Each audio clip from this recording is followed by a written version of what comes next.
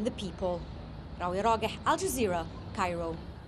Well, let's speak now to Dr. H.A. Hellyer. He's a non-resident fellow at the US think tank Brookings Institution.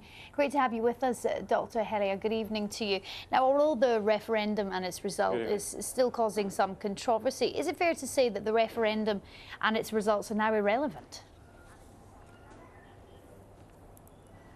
I think that it's not so much about irrelevant as it has a message to be given to both sides of the equation here. The yes vote and the no vote camps have both failed to bring out a majority of the Egyptian people even to vote.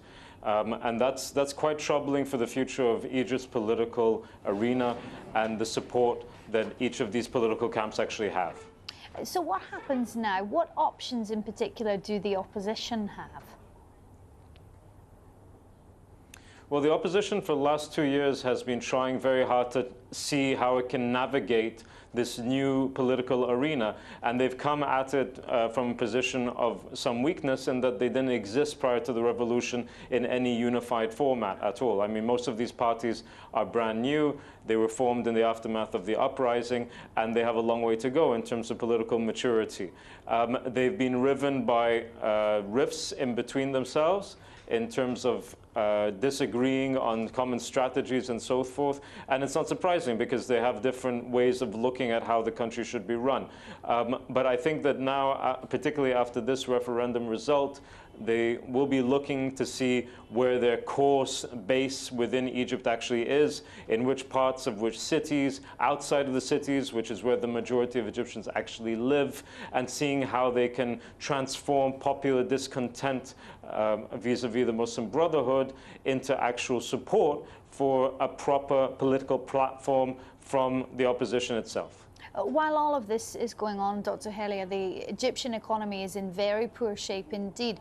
What chance does Morsi stand of getting Egyptians in general behind him as he tries to do something to kickstart the economy?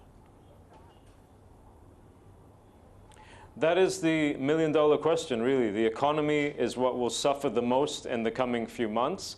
It's what's been on everybody's mind over the last year and a half, and it's certainly the primary issue that most Egyptians are actually thinking about beyond the issues of politics.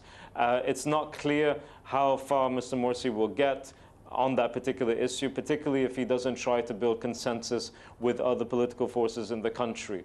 The level of popular sort of angst about the economy, I think, is going to be linked to how far Mr. Morsi can actually build alliances with different parts of the political spectrum here in Egypt. And I think that that impression also carries overseas.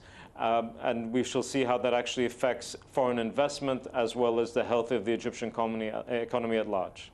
Dr. H.A. Hellyer joining us there live from Cairo. Thank you very much for being with us.